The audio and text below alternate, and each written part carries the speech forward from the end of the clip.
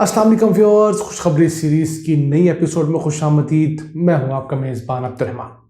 आज हम आपके लिए दो खुशखबरियां लेकर हाजिर हुए हैं। आज की पहली खुशखबरी तो ये है कि एक यूरोपियन कार बनाने वाली कंपनी पाकिस्तान आ गई है। उसने अपनी फैक्ट्री मुकम्मल कर ली है। इससे पहले पाकिस्तान में जितनी कार बनाने वाली कंपनियां थीं वो या तो जापानी थी, चाइनीज़ थी या कोरियन थी। तो यूरोप की जानिब से ये पहली कंपनी है जो पीओ है, इसको मुख्तलिफ प्रोनाउंसिएशन से कहा जाता है। पाकिस्तान में इसको पीजोट भी कहा जाता है। ये कंपनी पहली मरतबा पाकिस्तान आई है। इसको डिस्कस करेंगे, इसकी वजह से जॉब्स क्रिएट होंगी, पाकिस्तान में एक मुसाबकत की फ़ज़ा होगी, उसे डिटेल में जानेंगे। जबकि आज की दूसरी खुशखबरी ये है कि पंजाब के अंदर जो लैंड रिकॉर्ड है वो बहुत तेज़ी से कंप्यूटराइज हो रहा है। तो ख़बर ये आई है कि पंजाब के 36 अजला और तमाम 145 तहसीलों के अंदर जो पटवार खाने थे उनको किराए की जगहों से उठाकर सरकारी जगहों पर शिफ्ट कर दिया गया है और उनको उस जगह के ऊपर लैंड रिकॉर्ड सेंटर बना दिया गया है, जहां पर तमाम काम कंप्यूटराइज किया गया है। और नून लीग के दौर में पूरे पंजाब के अंदर सिर्फ 107 कंप्यूटराइज लैंड रिकॉर्ड सेंटर थे, जो अब बढ़कर 5,948 हो गए हैं। बहुत बड़ा जंप है और करीब ये 8,000 होने जा रहे हैं। इस तमाम तफसीलात का आम शख्स को क्या फ़ायदा होगा उसे प्रोग्राम के दूसरे हिस्से में डिस्कस करेंगे। लेकिन पहले चलते हैं इस पीओ नामी कंपनी की तरफ, जो कि फ्रेंच कंपनी है। 211 साल पुरानी कंपनी है। 29 सितंबर 1810 के अंदर इसकी बुनियाद रखी गई। बहुत अच्छी पायदार गाड़ियाँ बनाती है। तो इसने पाकिस्तानी ग्रुप है लकी ग्रुप, जो कि पाकिस्तान में किया भी संभल कर रहा है, उसके साथ मिलकर एक नया जो है यूनिट लगाया है, असेंबली लाइन लगाई है, जिसके ऊपर ये पीजो की गाड़ियाँ जो है वो बना करेंगी। कराची के अंदर लोकेटेड है। सबसे पहले ये अपना पीजो 2008 नंबर जो एक कॉम्पैक्ट एसयूवी है उसको लॉन्च करेगी पाकिस्तान में, क्योंकि एसयूवी की बहुत अच्छी मुसाबकत चल पड़ी है जो महंगी सेडान्स थी। मसलन इस वक्त जो नई होंडा सिविक आई है टॉप ऑफ द लाइन, वो कुछ 60-65 लाख रुपए की है, जबकि आपको एक एसयूवी जो है वो 50 लाख की रेंज में मिल जाती है। और एसयूवी पाकिस्तान में ट्रैवल के लिए आसान है, रोड क्लियरेंस अच्छी है, फैमिली के ज़्यादा मेंबर बैठ सकते हैं, तो लग्जरी भी उसमें अच्छी होती है। तो इस सिलसिले में अब आहिस्ता आहिस्ता जो होंडा सिविक की और जो टोयोटा ग्रैंडी वगैरह की जो सेल्स हैं वो कम हो रही हैं और उसके मुकाबले में ये चीज़ें बढ़ रही हैं। ये पाकिस्तान में दोनों मॉडल्स लॉन्च करेंगी, पेट्रोल वाला भी और इलेक्ट्रिक वाला भी। तो पाकिस्तान के अंदर ये एक अच्छी मुसाबकत है। या बहुत से हमारे जूदरंग लोग कहेंगे मुल्क में गुर्बत है, तो जनाब जहाँ गुर्बत है वहाँ पर आपको नए मॉडल्स की गाड़ियाँ कहाँ से नज़र आ रही हैं। ये कोई लोग यूक्रेन से पाकिस्तान शिफ्ट नहीं हो गए जंग की वजह से। पाकिस्तान में भी मईशत बढ़ी है, लोगों के पास पैसा आया है। मैं कई ऐसे लोगों को जानता हूँ जिन्होंने मोटरसाइकिल से गाड़ियों पर शिफ्ट किया है। हाँ, लोग गाड़ियों से मोटरसाइकिलों पर भी आए होंगे, लेकिन अब मईशत का जो पहिया चला है उसकी वजह से जो है पाकिस्तान में पैसे की रेल पिल वापस हुई है। और आपने आजकल इमरान खान के जलसे तो देखे होंगे। मैं खुद हैरान हूँ कि इस कदर महंगाई में भी अगर इस कदर बड़ी तादाद में लोग जलसों में आ रहे हैं तो ये जिन्नात नहीं है। उसकी वजह क्या है? किसानों को बहुत बड़ी रकम ट्रांसफ़र हुई है इसी महंगाई के दौर में। हाँ, हम शहरों में रहने वाले इस महंगाई की वजह से बहुत ज़्यादा मुतासिर हुए हैं। हम 35% शहरी जो है, जो 65% किसान है, उसको गंदम का बहुत अच्छा रेट मिला है, गन्ने का बड़ा टाइमली अच्छा रेट मिला है, बाकी फसलों के अच्छे रेट मिली है। इस वजह से मेरी नाकिस राय में जो हमारा देहाती किसान है वो इमरान खान की तरफ लपका है कि जनाब पहली हुकूमत ने किसानों को रेट अच्छा दिया है, जबकि नवाज शरीफ हमेशा शहरों पर इन्वेस्ट करता था और शहरी बाबों को नवाजा करता था।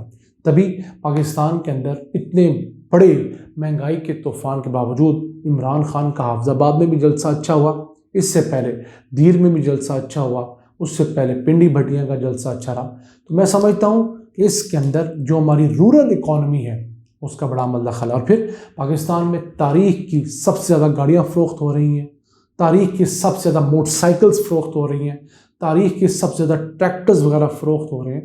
तो ऐसे फ़रोख्त नहीं हो रहे, वैन्स फ़रोख्त हो रही हैं, बसेस, ट्रक्स फ़रोख्त हो रहे हैं। तमाम रिकॉर्ड अगर टूट रहा है तो मईशत कहीं ना कहीं ज़रूर तगड़ी चल रही है। हाँ, जिन लोगों को डस पड़ी है, जो लोग छोटे नौकरी पेशा थे या छोटे कारोबारी थे, उनको ज़रूर डस पड़ी है, बाकी हर बंदा मज़े में है।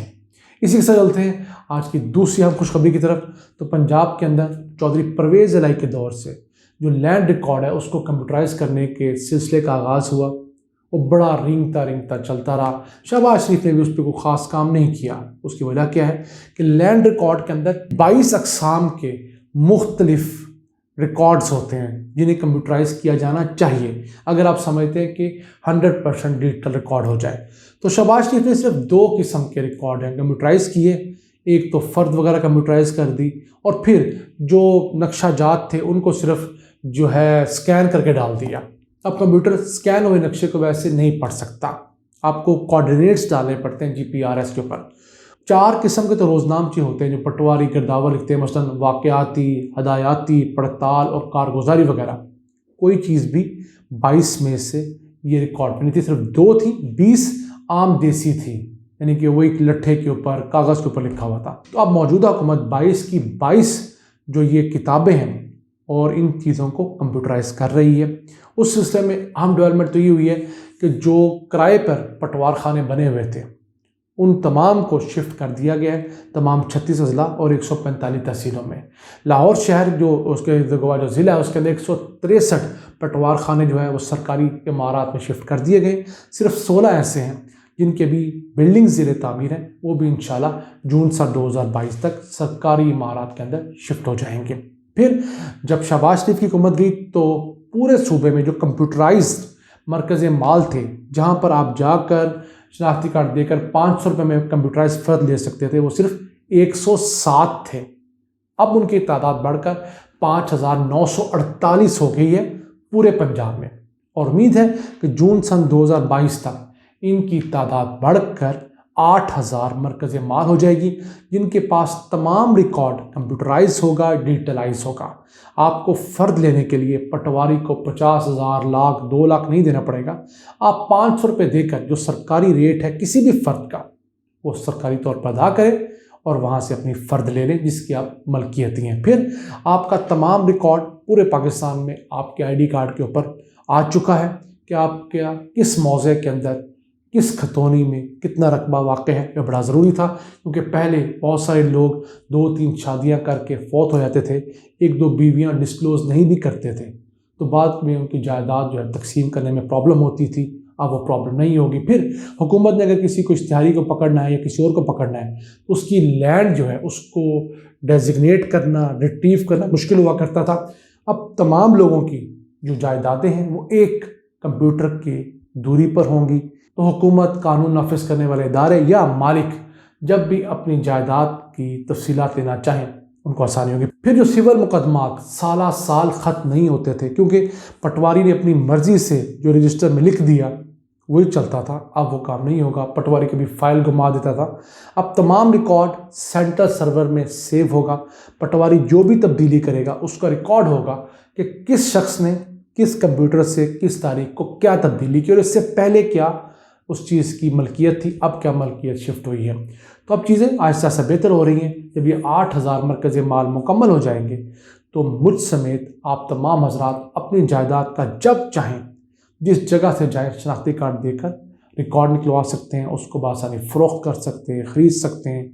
2 नंबरी नहीं हो सकती, जाली रजिस्ट्रियाँ नहीं बन सकती, इंतकाल के नाम पे आपसे पैसे नहीं बटोरे जा सकते। तो देखिए कि शहबाज शरीफ हुकूमत जो काम करते रही वो कॉस्मेटिक काम थे।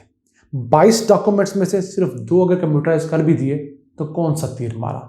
22 के 22 कंप्यूटराइज्ड होंगे और पूरे पंजाब के होंगे पहली जो सूरत में, उसके बाद बाकी सूबों में होंगे, तो तब जाकर कह सकेंगे पाकिस्तान का पूरा लैंड रिकॉर्ड मुकम्मल तौर पर कंप्यूटराइज्ड हो गया है। सिंध में बहुत सुस्ती है। हम उम्मीद करते हैं कि इन सूबों की हुकूमतें भी होश के नाखून लेंगी ताकि पाकिस्तान में जो सिविल मुकदमात हैं उनको जल्दी निपटाया जा सके। इन अल्फाज के साथ अपने मेज़बान अब्दुर्रहमान को इजाज़त दीजिए। अल्लाह के बाद।